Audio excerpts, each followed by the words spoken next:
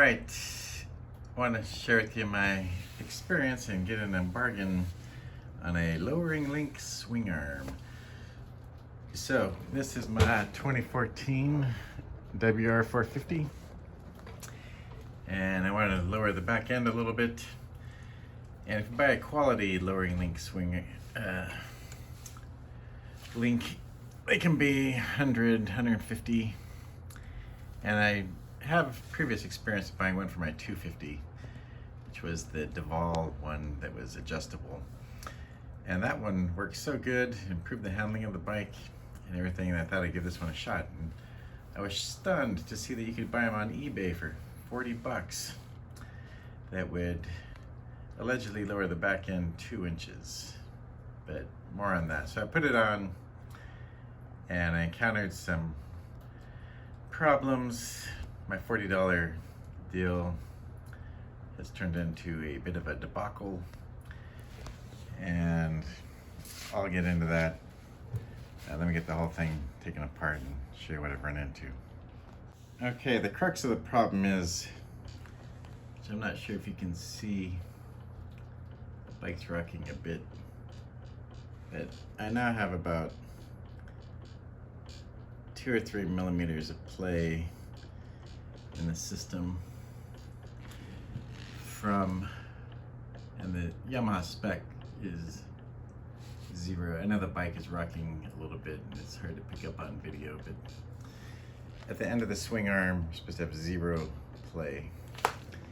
And after installing my discount lowering link, I now have about 2 or 3 millimeters. I think that comes from the cheap bearings that they put in.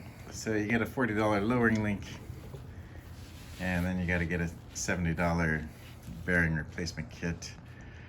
So I'm gonna pull this off, put the original back on, and verify that there's no play in it. First step in the procedure is removing the chain roller wheel off the shift lever side. That's easy enough, but as you'll see here in a second, you actually have to take off the foot peg because the foot peg spring is in the way of removing the bolt. And to get the foot peg off, you gotta remove the brake lever. So I'll do that real quick. All right, I've got the link disconnected, and you'll see, I mean, we're like 1/2 millimeter from this foot peg spring. I might be able to, force it off, but then it's gonna be an issue trying to get it aligned. I'm gonna put it back on, so I'm just gonna have to pull the foot peg. All right, I don't know if it was the blue anodizing that got me, but again, I couldn't resist this for 40 bucks. And again, when I bought the Duval one, it worked so good that it seemed like a no-brainer. The blue anodized one is 6 millimeters longer, and that 6 millimeters winds up dropping the bike about 1 inch. 1 inch is 25.4 millimeters. So essentially for every millimeter extra length in this link, 1 millimeter will drop it 4 millimeters. Anyhow, the crux of the problem is that the blue link, and you're not gonna be able to see, maybe you can see in here a little bit, but this one uses caged needle bearings. So you can see there's only about 1/2 as many needle bearings as in the stock Yamaha, which uses what they call full complement bearings, or uncaged needle bearings. So there's literally twice as many needles in the stock one, and there's no cage. So at the very least, even if this didn't have the slop in it, these bearings probably would not last all that long.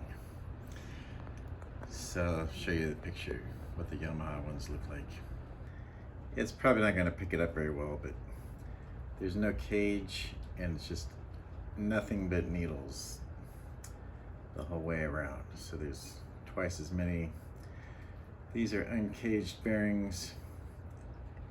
And the trouble is, you know, you can just probably buy these on Amazon and not have to get the all balls kit, which should save you money, or get the original Yamaha ones, which are 24 bucks a piece.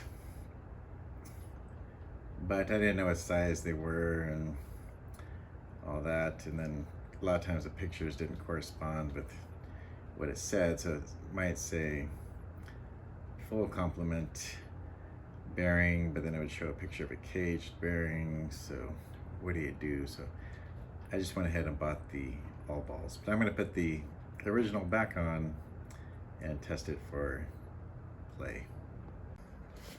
All right, the original link is back on.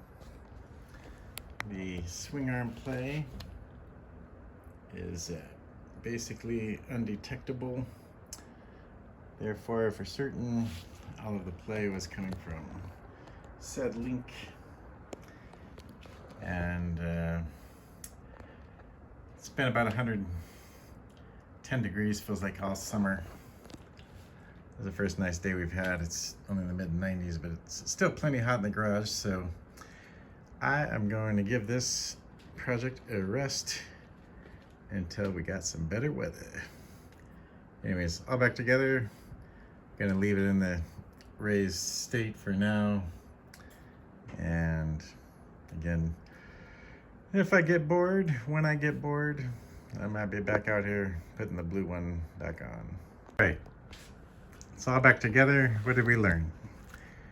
Well, we learned once again for the 100th time or 10,000th time, buy once, cry once. Buy the cheap stuff, get a hassle. That's what I got. Anyhow, so I fully recommend the DeVol adjustable lowering link. That's a bolted on, works great. Won't have any problems. You can make all the adjustments, spurg out all you want. This one, so far I've got about an hour and a half into the install and messing around with it, and I'm wound up right back where I started with a little bit less money. Anyhow, that's it.